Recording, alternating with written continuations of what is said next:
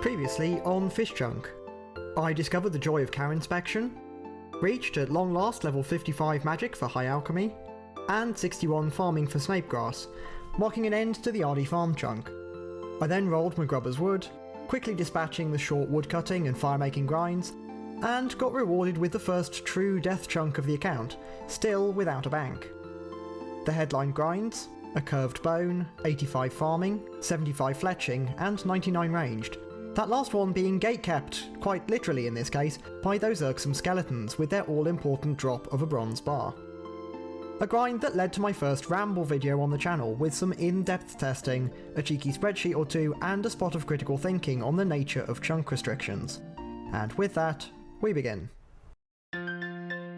You join me, perhaps unsurprisingly, down at the allotment as I steadily make my way through a stash of snapegrass seeds. A slow process that'll yield me a bunch of super compost, and, being unable to protect these crops, some reclined AFK time with which to devise my master plan for the other grinds ahead. The first question is where to assign any XP lamps that I gain. One option is thieving. By making my way to level 10, I can start to pickpocket farmers before moving to warriors at 25 and master farmers at 38 for a much needed second source of seeds to fuel the almighty farming grind. Another option though is smithing, a skill that's already looking pretty daunting with that dumb skeleton grind. My mind was soon made up when, taking a stroll around the chunks, I made this splendid discovery. Given enough time, one single woman NPC will wander up alongside the Sears Village pub and then across to the pillory cages.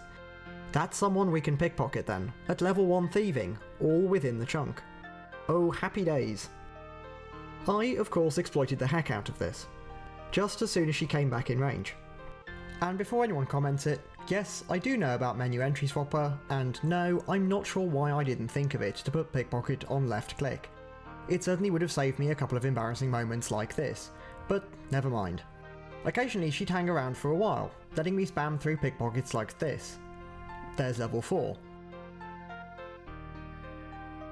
Annoyingly common though was this kind of situation, where I'd get stunned immediately before she'd wander out of range once again. Anyway, there's level 7. Level 8. Level 9. Almost. Judging by the login timer, it's taken me about an hour thanks to all that waiting just to get this far. And level 10. Hallelujah. Onto farmers. Here's that spark of realisation about menu entry swapper, plus level 11. 13. 15. And so on. You get the picture. For a slight change of pace, I made my way back to the willow trees, hitting level 50 woodcutting. And in case you thought I'd forgotten, there are the last of our snapegrass seeds going into the ground. I also ticked off our first forestry collection log slot with the sturdy beehive parts. There's 62 farming, leaving us on a hugely satisfying 420 super compost from all of that grass. I swear I'm not making that up. Back to our pilfering, there's level 20 thieving, and 25 for warriors, who seem to have the upper hand on us for now. So it's back to good old farmers for level 30. And a fun little milestone, 100k GP for the first time on the account. Level 35. A sneaky offering by that mysterious penguin friend of ours.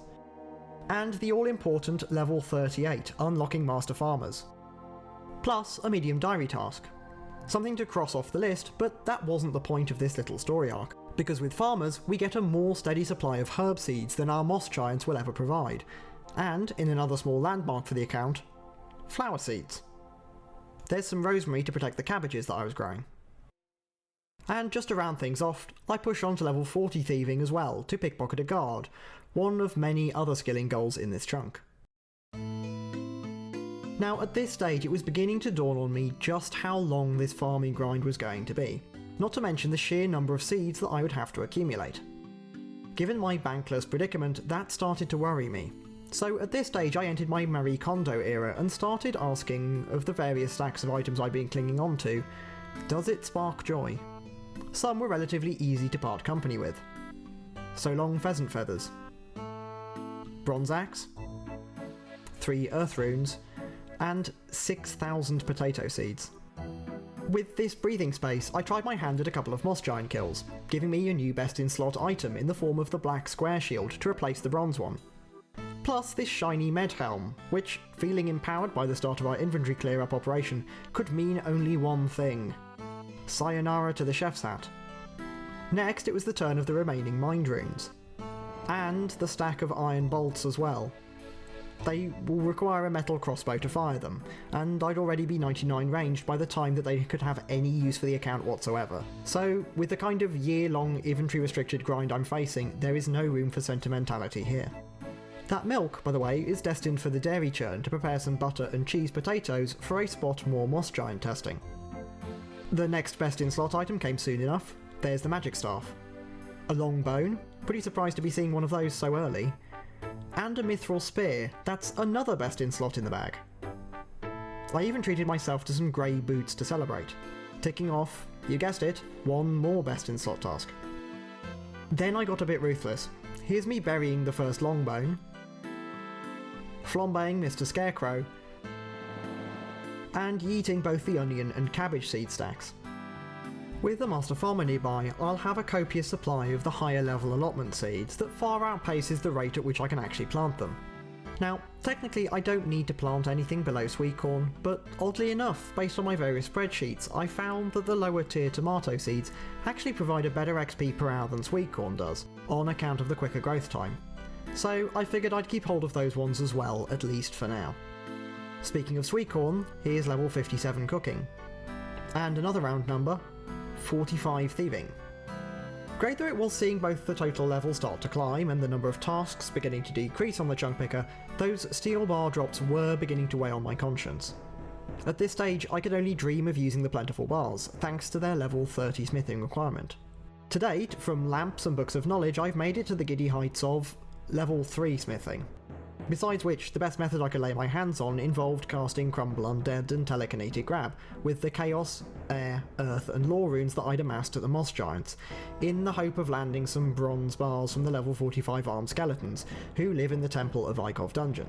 Quite the ordeal for a paltry 12.5 experience, and beyond level 7, a whole 5 throwing knives a pop, an item of which I would be needing plenty if this were my method to get into the Ranging Guild. And so this is where, chronologically, I began my previous ramble video to test out our hypotheses about that smithing and ranging grind. Since then, you'll be pleased to know I've come to a much simpler, more distilled version of my thinking on the topic, and indeed on chunk restrictions as a whole. In short, multiplayer interactions are an unavoidable component of the game, even within Iron Man mode, and despite our area restrictions, this is true for our community-curated chunk modes as well, where at least one of the various minigames, group bosses, raids or social skilling activities that exist across the map will sooner or later appear on our task list. As I've explored previously, this inevitably results in a situation where restricted accounts end up benefiting, to some extent, from equipment and skill levels attained on non-restricted accounts. At this point then, I'm firmly of the opinion that such interactions between accounts are just part and parcel of the game mode. Beyond those compulsory interactions, if you like, being the activities that appear on our task list, there's a bunch of further situations where various alt strategies or coordinated actions with other players can benefit our chunk accounts.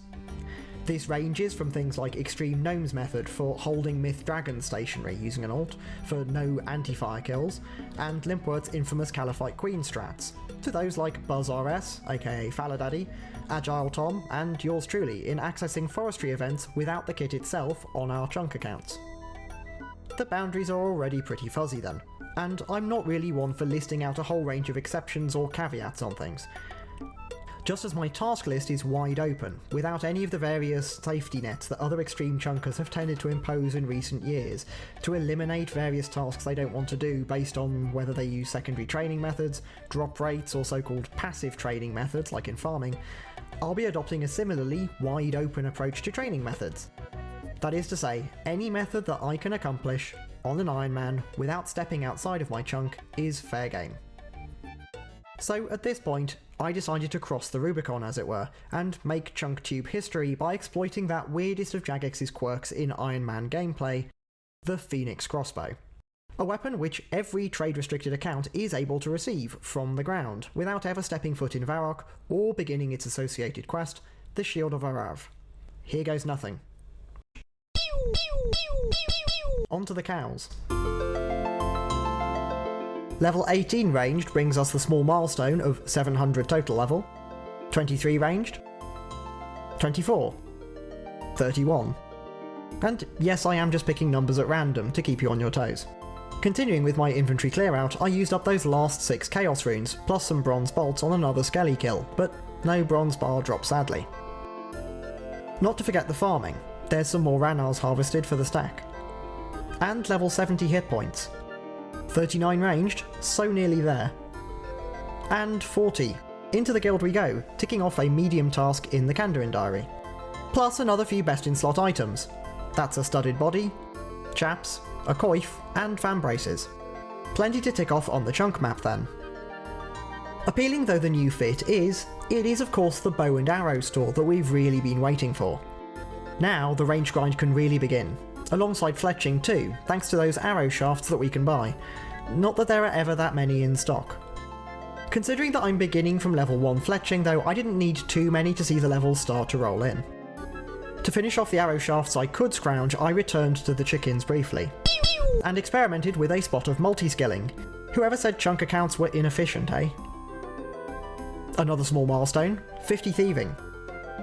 Now, with just over 4,000 bronze bolts left, and no real prospect of extending that supply, unless I fancy another 30,000 goblin kills, I thought I'd see what the fearsome power of the Phoenix crossbow would make of the armed skeletons.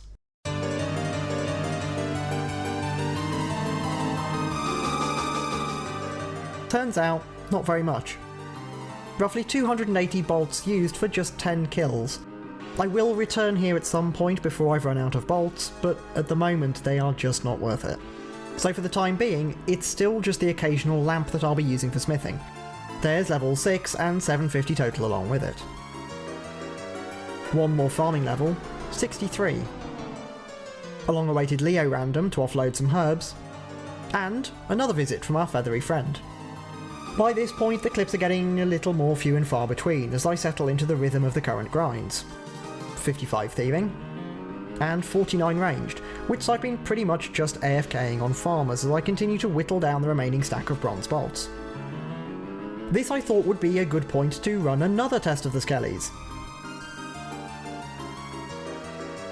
But oh dear, 37 bolts for 1 kill. Now, this next little tangent is going to date these clips a bit, as it has been a hot minute since my last upload. Blame work and a big summer IRL, but thanks to one of Jagex's little hiccups with an update in early August, I really lucked out on the arrow shaft front. As many of you will no doubt know, game updates are pretty important for Iron Men, not just because of whatever new content lands in game, but on account of the server reset as well, meaning a fresh restock of all shops. There's 8,700 arrow shafts bought. Plus an oopsie whoopsie on Jagex's part, requiring a cold fix that gave us a second restock in quick succession. This brought me to nearly 20,000 shafts. And, through some stroke of good fortune a few days later, I stumbled across a bunch of worlds with close to full stock yet again, on a random Saturday evening. 35,000 that is now.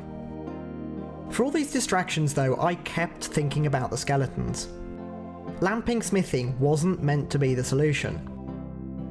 And so with my last 2,000 bronze bolts and a trusty willow shortbow for backup, I headed once more into the Temple of Ikov dungeon.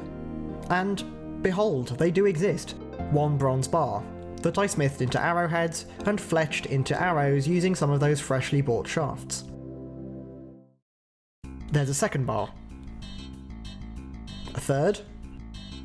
Pause for 52 range and 775 total. Bar number 4. 5. Some lore runes from a Prison Pete random. A 6th bar. 7th. And that was it, the end of the bolts. So long, Phoenix crossbow. With the arrows I get an 8th bar. 9th. 10th. 11th. 55 ranged, plus some experimentation with tile colours to map out the bow's attack squares for skeletons, but I didn't get much use out of that, because with that random, there's level 15 smithing, unlocking iron ore.